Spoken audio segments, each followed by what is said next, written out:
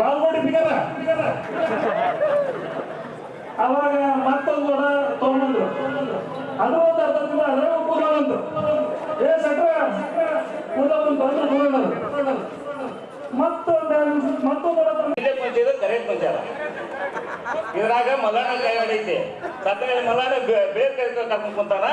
ಗುರಣ್ಣ ಕೈ ಕರೆಕ್ಟ್ ಪಂಚಾರ ಇಲ್ಲಿ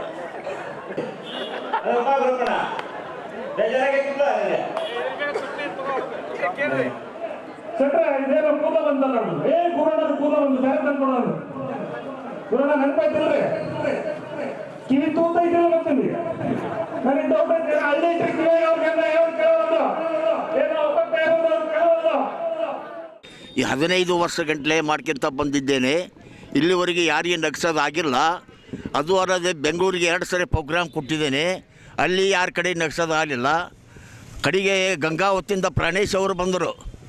ನಾವು ಭಾಳ ಪ್ರಯತ್ನ ಮಾಡಿದ್ದೀವಿ ರೀ. ಅವ್ರು ಯಾರಿಗೂ ನಗೋದಲ್ಲ, ಅವ್ರ ಕಡೆಯಿಂದ ನಗ್ಸೋದು ಯಾರಿಗೆ ಆಗೋದಲ್ಲ, ನಗ್ಸಕ್ಕೆ ಹೋಗ್ಬೇಡ್ರಿ ಅಂತ ಹೇಳಿದ್ರು ಅವರು ಪ್ರಾಣೇಶ್ ಅವರು. ಹೀಗೆ ನಾನು ಸುಮಾರು ಬೆಂಗಳೂರಲ್ಲಿ 2 ವರ್ಷ ಕಾರ್ಯಕ್ರಮ ಕೊಟ್ಟು ಬಂದೇನೆ ರಾಜಾಜಿನಗರದೊಳಗೆ.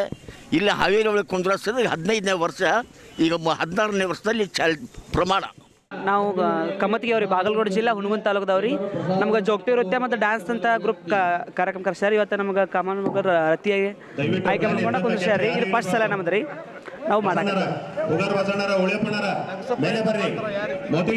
ಮಾಡ್ತಾರೆ. ಭಾಳ ನಗಸ್ತಾರೆ, ಏನಂದ್ರೆ ಮಾಡ್ತಾರೆ. ಅದು ನಮ್ಮ ಡಿಪೆಂಡ್ ಇರ್ತದೆ ಸರ್.